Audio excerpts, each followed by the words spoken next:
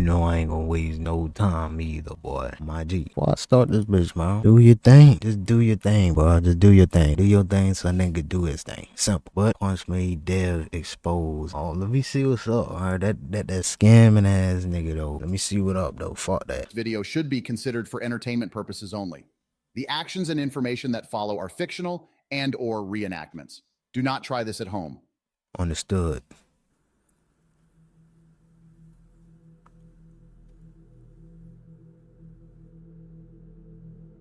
PunchMadeDev, you're a scammer.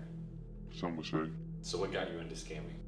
What got me into scamming? It's just something about just getting free money and just, it's that easy. And then just taking from somebody else and seeing them on the bad end of the stick and me on the good end of the stick. It's something about that. Hey, it's crazy, bro. Y'all niggas glorify this shit. Real for real. Y'all niggas do it. But he doing what he do. I don't give a fuck. But I'm just saying. Y'all niggas like to pick and choose, bro. Swear to God. I love the feeling. Do you remember what your first scam was? Yeah, of course. My first ever scam was in middle school. And I might have been in like 7th or 8th grade. And around this time, I used to play sports a lot. I was playing football a lot. And they had a cheerleading squad, of course. So there was this one cheerleader. I won't say her name, but she had so I already knew I could take advantage of her. And basically I texted her a message acting like Cash App support. And I know she had a little bit of money too, because you know, special needs people, they get those disability checks.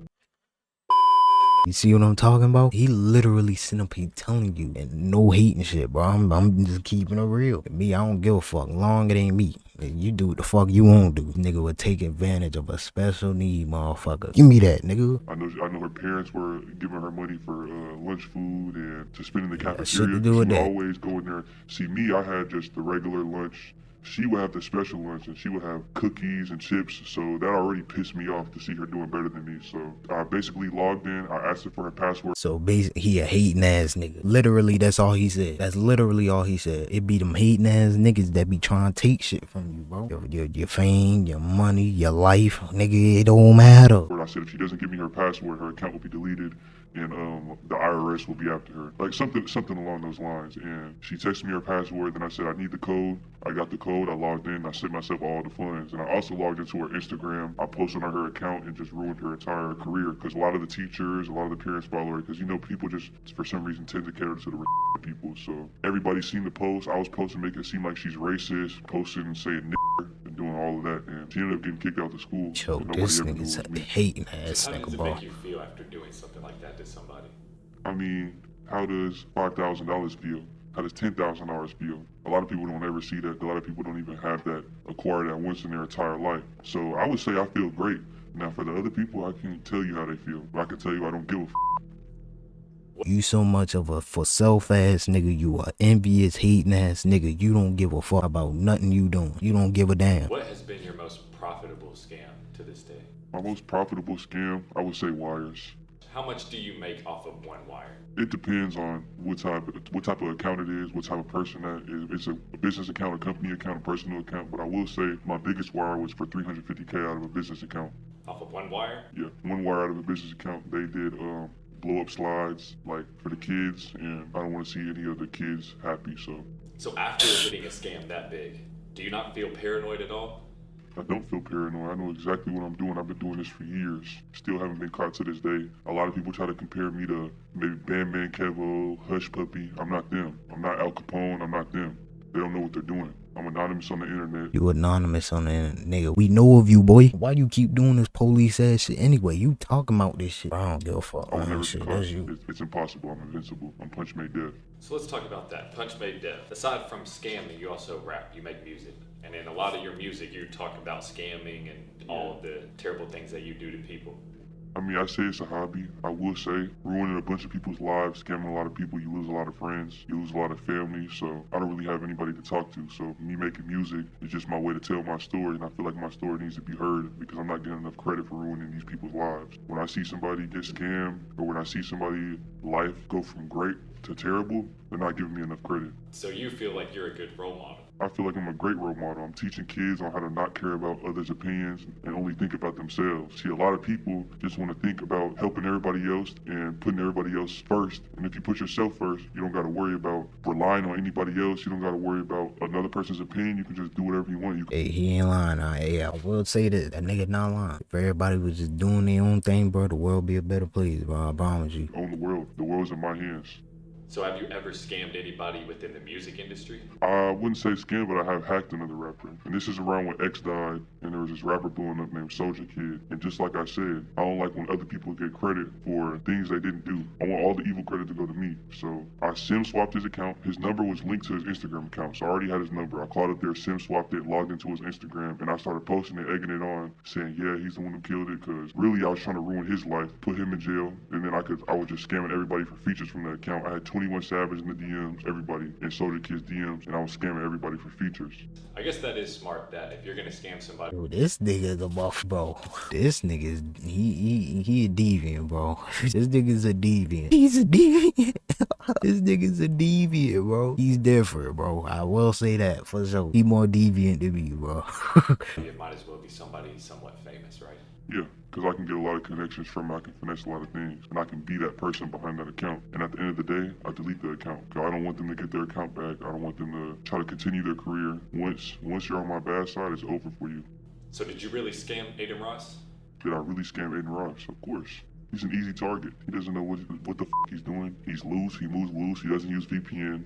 He gets swatted every day. He's a rookie. He's an easy target. If I scam Aiden Ross, what the f is he gonna do? I've been sitting in Aiden Ross's bank account for about 2 months now, just watching his transactions go in and out. I'm sitting there just waiting for the right moment to clear it. But right now I'm just doing like wiring out small amounts, about like 10K a day. And I've seen him get paid from Kick. I've seen the big check that he got deposited. I've seen that. Couple $1 million, hundreds of millions. So you don't think he'll ever notice? He does so many transactions a day, you gotta think he's paying for like 5 properties. He's paying for security. This nigga is real life snitch. Bro, this gotta be fake. Oh God. Everything he's saying gotta be some bullshit. And if it ain't, this nigga is literally, he Bobby Schmurdering this shit, bro. He literally Bobby Schmurder, dog. He telling it all. He is telling it, bro. This shit is insane, bro. He's paying for his cars. What's the little 10,000 I'm taking from him every day? He's not gonna notice. The internet portrays you as this low-life scumbag scammer, but I can tell you're definitely intelligent. What kind of student at school? Let's say I was a decent student. Of course, I cheated on all my assignments. I knew how to get by. I knew how to talk with the teachers, but in school, I wasn't really interested in school. I was interested in making money and other things. Were you already making money off scams in school? Yeah, in high school, I was doing scamming. So basically when you make a fake account of another girl, and I would make an account of somebody that went to my school that maybe didn't like me or had a problem with me or said something about me, and I would post it on Tinder, all the dating apps, and I would make everybody add me on a Snapchat. I would make a Facebook, and I would target my teachers, and it's just an easy way. There's a lot of horny, down bad men out there, and that's what I was doing in high school, making anywhere from like $2,000 to $3,000 a day. In high school, that's a lot of money. $2,000 to $3,000 a day if you add it up. It's a lot of money. So it seems like you've done every scam in the book. Yes. Is there any other ways that you make money outside of scams?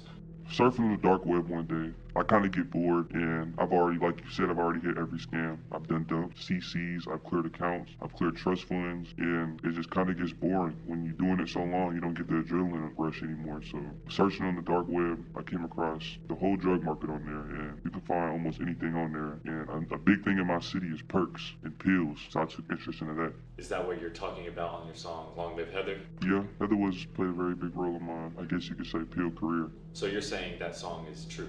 Everything I put out is the truth. I have no reason to lie. I already make plenty of money behind the scenes, so like I said, I lose a lot of people. A lot of people don't fuck with me, so I really don't have nobody to talk to or tell these stories. So I just put it all in my music. That's just my outlet. So I know you kind of walked through it on the song, but could you give us a more in detail? Yeah, nigga, cause you don't fucking rob them, nigga. You damn right, niggas ain't gonna fuck with you, nigga. Bro, you a slime ball ass nigga, bro. You a slime ball. Real shit. Narrative of the Heather story? Of like how I met Heather?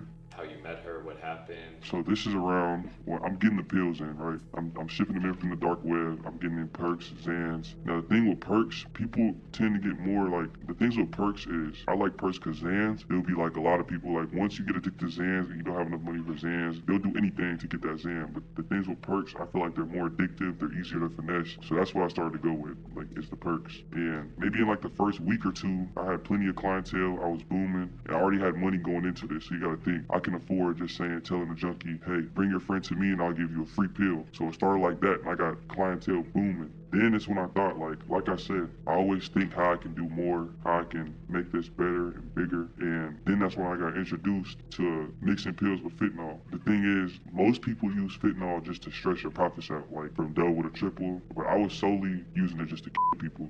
So that's what happened with Heather. She overdosed on one of your fentanyl pills. Heather pulled up on me trying to buy some pills, the usual, every day. And she's bringing me her $200 to $300 every single day. And she pulled up to buy the pills. And this is like my first time like cooking up the recipe. And at this time, There's another reason why I don't do drugs. Nigga lacing pills, bro. Just to get you out of here. Jesus Christ, man. Y'all niggas deviants, right? Y'all boys devious out here, bro. This nigga must be he must been, I don't know what the hell he went through at the time. Oh, no. you gotta think when I'm first doing it, I'm just mainly doing it to just stretch it out. I'm not even purposely like trying to people at this point because I'm just trying to just make more money. So she pulls up, I sell her the pills. She takes me to this abandoned crib, like it's what she was living in. Like it's like this apartment that they didn't put the lock on, nobody's living in it, but the lock was broken. So she was going in there and like living inside like the apartment and like nobody knew. And it's completely open, it had the lights on and everything, so it was smooth. So me and her was in there and we was just chilling, like just talking and shit. Like she wasn't like every other junkie where they're like 40 years old or they're like 50 years old. She was more like a 27-year-old. She was kind of intelligent too. But Heather, like she liked to be homeless. Like she didn't mind living on the streets. Like you gotta think you can still be homeless and happy. As long as she's getting her drugs, her fix for me, she's happy and I'm happy. So we're just chilling in the apartment. Then she starts cutting off her circulation and she starts cooking up on the spoon. And she's cooking up the heroin. And it's the first time I ever even seen this. And then like she cooks it up, like gets her veins out and she sticks the needle in her veins and like puts the needle in and goes like straight fiend. And I seen her do that, so she was already high. And like I said, I'm not thinking nothing. And this is my first time. I'm a little nervous because like this is my first time like cooking up a pill, and it's like my #1 customer. Long story short, I gave her the pill. She took the pill. 5 minutes later, like she starts like like that, and she starts having a seizure. The thing like a lot of people don't know about Heather is she's like the type to just like joke around and play. So I'm sitting there laughing at her until she starts like foaming at her mouth. And at this point, I'm just dying laughing. Like that's what really like made me addicted to just seeing how easily I can remove somebody from this world. That's what like really got me into just, instead of stretching it, I want to do that every time. And right after that, like I said, Heather had money. So right after she had, you could tell this nigga's a deviant. And to be honest, really don't blame her, bro, cause niggas out here so got they fiends, bro. the seizure, foaming at her mouth, I went straight into her The fuck you pockets, niggas took be everything getting? she had, took all the Stop drugs she fiending had, for resold dumb it. shit. So it was almost like entertainment for you. It was entertainment for me. So it's entertaining for you to just ruin people's lives. Yeah, it's entertaining for me. Do you have any other stories of people's lives that you've ruined? I will say another like target that I like to do is like cancer patients. And the reason I like to target cancer patients is because they know they don't have much longer to live. So they're so quick to just take any risk, like live by their last day because they have nothing to live for. So, and I have everything to live for. So as a rapper, you've gone by Dev Take Flight, OBN-Dev, and now PunchMadeDev. Is there a reason behind the sudden name changes? So I would say back in the day, I wasn't always the most intelligent, so I was still learning. So I would do my dirt on Dev Take Flight, and when I can feel them closing in, switch my name to another name. And I changed to OBN-Dev. That's what I really got into scamming. And like I said, I'm still young, I'm still learning. Changed my name, moved states, moved countries, wherever I did. I won't tell you exactly where I moved. And then that's where I ended up at. PunchMadeDev. I mean, you might as well, nigga. Your damn near told everything, my nigga. And then that's when I got into scamming, selling pills, everything, anything that'll make me money easily, anything illegal. So you just kind of wipe the slate clean and start fresh? Yeah, start fresh. Do you feel like you're going to have to do that soon and change your name from PunchMadeDev to a new one? Nah, because now I've learned much more from the past. Like I've learned from my mistakes and now I'm invincible. Now that I've made it through all trials and tribulations, I'm completely invincible. Like I'm more powerful than I ever was before. So PunchMadeDev is here to stay? PunchMadeDev's here to stay. I won't ever go anywhere. I will never be arrested. This will never be an incident and nobody can ever stop me. So where do you go from here? From here, I feel like I have a website where I currently sell my pills, but I sell them as in they're not cut, and I just want to continue to grow that up. In my country, it's a big thing. In any country, it's a big thing for like just to have like homeless people everywhere. So, and people complain, they're dirty, they stink, and ugly. So I feel like if we can just clear the homeless people out and as many addicts out, then there won't be any addicts left, and there will be no more need for drugs. So I feel like what I'm doing is like a good cause for real. You feel like you set a good example for the youth? Yeah, I feel like I set a good example because people like homeless people and fiends and shit like that, like they don't want to help themselves. So there's literally, you can't help somebody that doesn't want to help themselves. So Yeah, there's you're right about that. no other way to like get them out the way than just to like remove them. So you seen Long Live Heather, right? After seeing that video and like seeing what could happen, after that video, do you feel encouraged to take pills? Or do you feel like you don't ever want to take pills? Right. After watching the Long Live Heather video, I would never take a pill. Yeah, so it's like I'm basically teaching the kids and the youth to not do drugs, to not fall off their feet, to not be homeless, to not be a bum, because if you do, you'll be in the hands of me, and that's not good. You won't get out. You won't make it out. So with all these scams, all this illegal activity that you put on the internet, do you ever feel like you're going to go down or get arrested? Never. I told you, I know what I'm doing. I don't have nothing to worry about. I'm bigger than the law. I'm bigger than the police. What if I told you that I'm a federal informant? Oh, you said what? That I'm a federal Oh, it's the end of that shit, man. You know what I'm saying? That was a skit at the end.